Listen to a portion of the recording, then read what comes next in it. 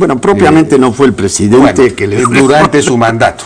No, pero no, digamos, no tendría mucha autoridad para hablar de estos temas, pero en fin. Él sostiene que el Perú, si no, digamos, la aplicación del fallo debería estar condicionada a que el Perú acepte que el límite terrestre está dado por la proyección del paralelo sobre el hito número 1 y no el punto de la Concordia. En fin.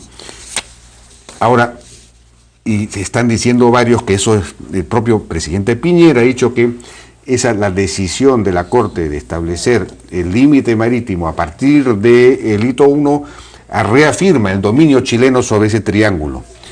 Y esto no es así, la Corte no se ha pronunciado, ¿no es cierto?, sobre el tema terrestre, y además se ha autoexcluido de resolver ese problema. Es correcto, ¿no? Pero es correcto. ¿en qué parte de la sentencia? De la es el punto 175, que yo lo puedo leer. A ver. Es una traducción que yo he asumido bajo mi responsabilidad, evidentemente, porque la sentencia está en inglés y francés, ¿verdad? ¿No es oficial su traducción? No es oficial. Ah, caramba. Bueno, entonces... Pero es buena.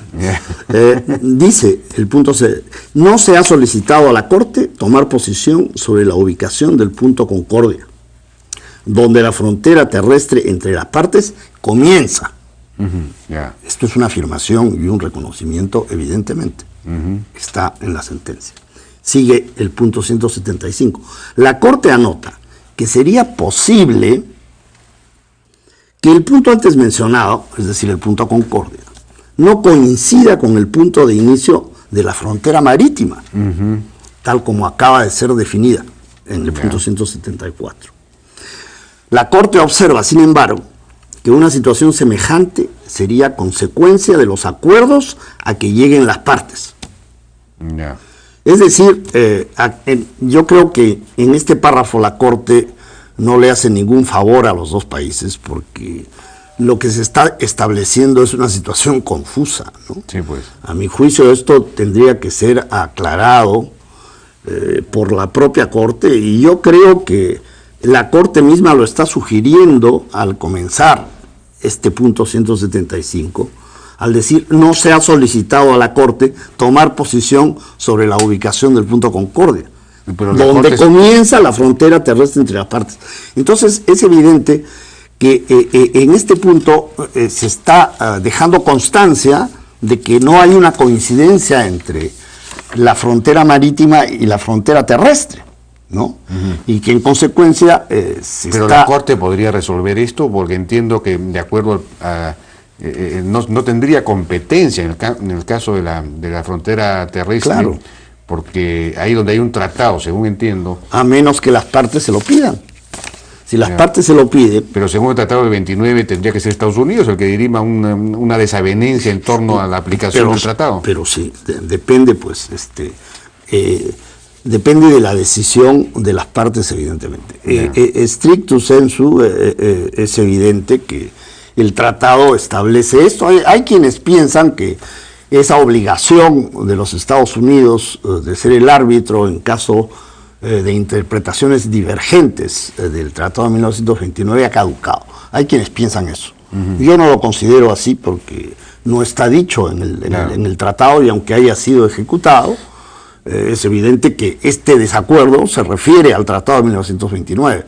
Entonces, podría ser, ¿no?, un arbitraje del presidente de los Estados Unidos sobre esta porción territorial que corresponde a unas 3 manzanas urbanas, pues es una cosa muy pequeña. Es una cosa muy pequeña, donde yo estoy seguro que las diplomacias de los dos países, ¿no?, y el nivel de los políticos que nos gobiernan será suficiente como para concebir estos acuerdos a los que la Corte se refiere en subjuntivo. Los acuerdos a los que lleguen las partes. Sin embargo, y yo creo que vale la pena tener en cuenta, ¿no?, que el artículo 60 del Estatuto de la Corte dice: el fallo será definitivo e inapelable. En caso de desacuerdo sobre el sentido o alcance del fallo, la Corte lo interpretará a solicitud de cualquiera de las partes. No dice que a solicitud de las dos, pero si las dos lo solicitan, de acuerdo, habrá mucho mayor fuerza en el pedido. Pero el fallo se pronuncia respecto del punto de partida del paralelo hasta la mía 80, en el sentido de que ese punto de partida se determina o pasa por, no digamos, está en la línea de bajamar, pero sobre la proyección del hito número 1.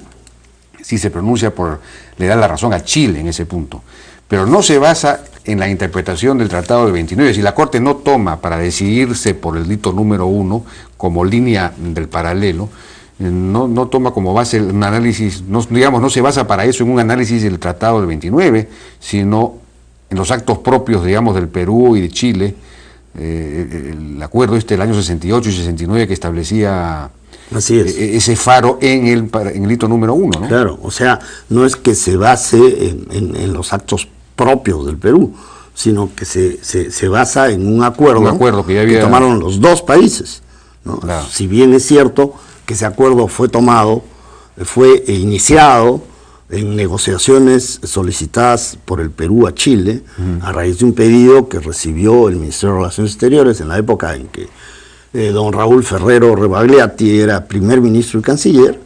Llegó un oficio del ministro de Marina de ese entonces, el vicealmirante Raúl Delgado, pidiendo que se iniciaran negociaciones porque se habían producido una serie de infracciones que daban lugar a incidentes fronterizos que eran muy penosos. Por eso era necesario poner un faro. Pero bueno, este fue un proceso que tomó 4 años, ¿no? Porque los faros se llegaron hay una cosa que es incomprensible, es cómo es posible que la Marina y la Cancillería, primero, cómo es posible que hayan firmado lo del 54, la Marina y la Cancillería en el caso del 54, y luego en el 68, la Marina y la Cancillería hayan aceptado el hito 1 como digamos, punto de referencia para el trazado del paralelo, es decir, contradiciendo el Tratado del 29. Es algo que hasta ahora alguien tiene que hacer un mea culpa. Quizás lo puede hacer usted. ¿Cómo contradiciendo el Tratado del 29? Porque el paralelo,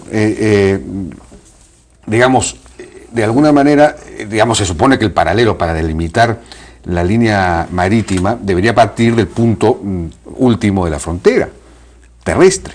Es muy distinta la situación del convenio del 54, precedido por la declaración de 1952, precedida por el decreto peruano de 1947, precedido por la proclamación chilena también de 1947.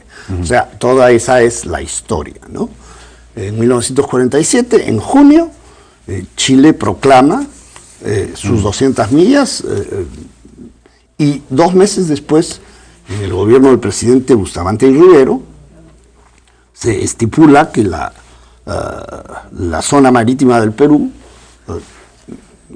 se demarcará a 200 millas de la costa, siguiendo la línea de los paralelos geográficos. Claro, pues. Eso lo dice el decreto peruano de 1947. Y yo estoy seguro que se puede comprobar si es que a partir de ese decreto supremo, por ejemplo, nuestra Marina patrulló al sur del paralelo.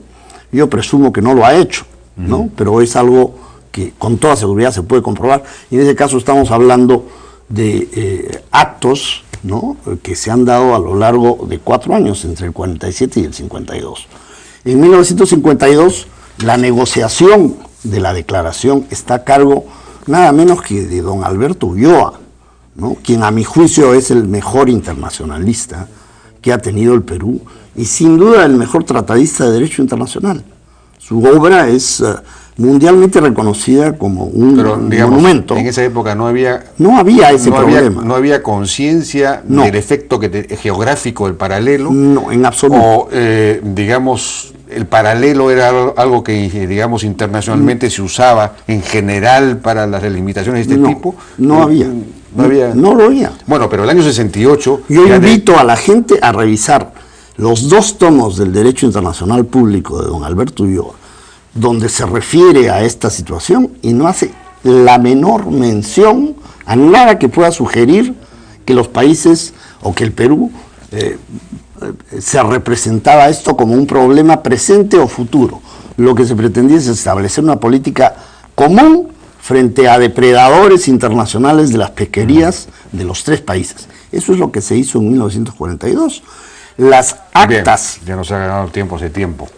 Bueno, nos están pidiendo la salida. La salida. Sí, bueno, expulsión. Sí, pues expulsión. Bueno, muchas gracias, embajador, por su participación. Con todo gusto, Jaime. Con esto nos despedimos hasta mañana.